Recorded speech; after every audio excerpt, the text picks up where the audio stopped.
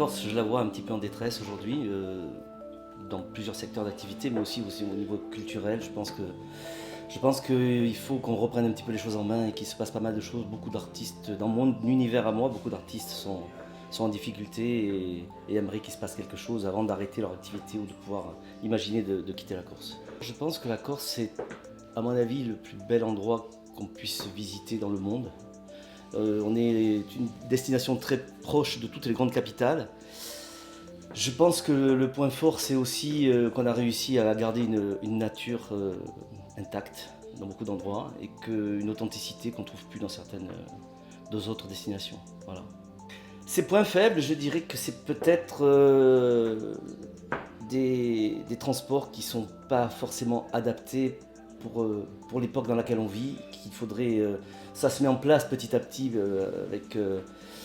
avec la compagnie Air Corsica, mais je pense qu'il faut développer d'autres capitales. Moi, je connais des gens qui sont dans des capitales européennes qui aimeraient venir passer le week-end en Corse, mais qui ne viennent pas parce que c'est trop compliqué de rester 4 heures à Nice ou 3 heures à Paris et qui vont dans des destinations directes. Et je suis sûr que même en hiver, on aurait des week-ends avec des gens qui viendraient et ça permettrait à tout le monde d'avoir un essor économique et culturel un peu plus important. Et je pense qu'une société civile qui n'a pas de culture ou qui n'aide pas tout ce qui est culturel n'avance pas. Il faudrait qu'il y ait un véritable élan culturel, il faudrait qu'il y ait quelque chose. Alors pourquoi pas l'été? L'été à ce moment-là, pourquoi pas faire un grand festival des arts, de la musique, de plein de choses et de mettre tous les gens en relation. Mais j'ai l'impression qu'il y a toujours des gens qui veulent tirer vers eux l'épingle en disant c'est moi qui veux organiser. Non, il faut que tout le monde organise en même temps. C'est sûrement utopique, mais je suis artiste donc je suis dans l'utopie, c'est normal.